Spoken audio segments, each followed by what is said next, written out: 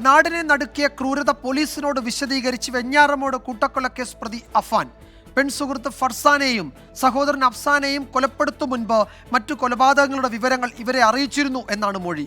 ഇനി എങ്ങനെ ജീവിക്കുമെന്ന് ഫർസാന കരഞ്ഞു ചോദിച്ചപ്പോഴാണ് അഫാൻ ചുറ്റിക കൊണ്ട് അടിച്ചു വീഴ്ത്തിയത്. സൽമ ബീവിയെയും സാജിദയെയും കൊലപ്പെടുത്താനുള്ള കാരണങ്ങളും അഫാൻ പോലീസിനോട് വിശദീകരിച്ചു.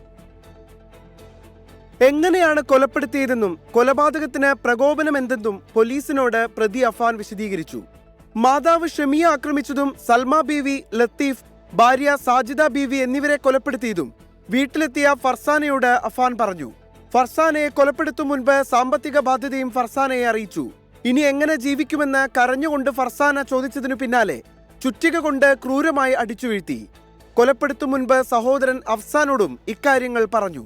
ഇരുവരെയും കൊലപ്പെടുത്താനുള്ള ധൈര്യം ലഭിക്കാനാണ് മദ്യപിച്ചതെന്നും പോലീസിന് അഫാന്റെ മൊഴി. കടബാധ്യതയ്ക്ക് കാരണം അമ്മയാണെന്ന് നിരന്തരം കുറ്റപ്പെടുത്തിയതാണ് സൽമ ബീവിയെ കൊലപ്പെടുത്താനുള്ള കാരണം. പുതിയ ബൈക്ക് വാങ്ങിയതിൽ ഉൾപ്പെടെ തന്നെ നിരന്തരമായി കുറ്റപ്പെടുത്തിയതാണ് ലത്തീഫിനോടുള്ള വൈരാഗ്യം. ലത്തീഫിന്റെ ഭാര്യ ഷാജിദ ബീവിയെ കൊലപ്പെടുത്തണമെന്ന ലക്ഷ്യമുണ്ടായിരുന്നില്ല. ലത്തീഫിന്റെ കൊലപാതക വിവരം പുറത്തു പറഞ്ഞാൽ തുടർ കൊലപാതകങ്ങൾ തടസ്സപ്പെട്ടാലോ എന്ന് കരുതി സാജിദയെയും കൊലപ്പെടുത്തി. ഇതാണ് പാങ്ങോട് പോലീസിന് അഫാൻ നൽകിയ മൊഴി. എന്നാൽ അന്വേഷണ സംഘം ഈ മൊഴികൾ പൂർണ്ണമായി വിശ്വസിച്ചിട്ടില്ല. 24 തിരുവനന്തപുരം.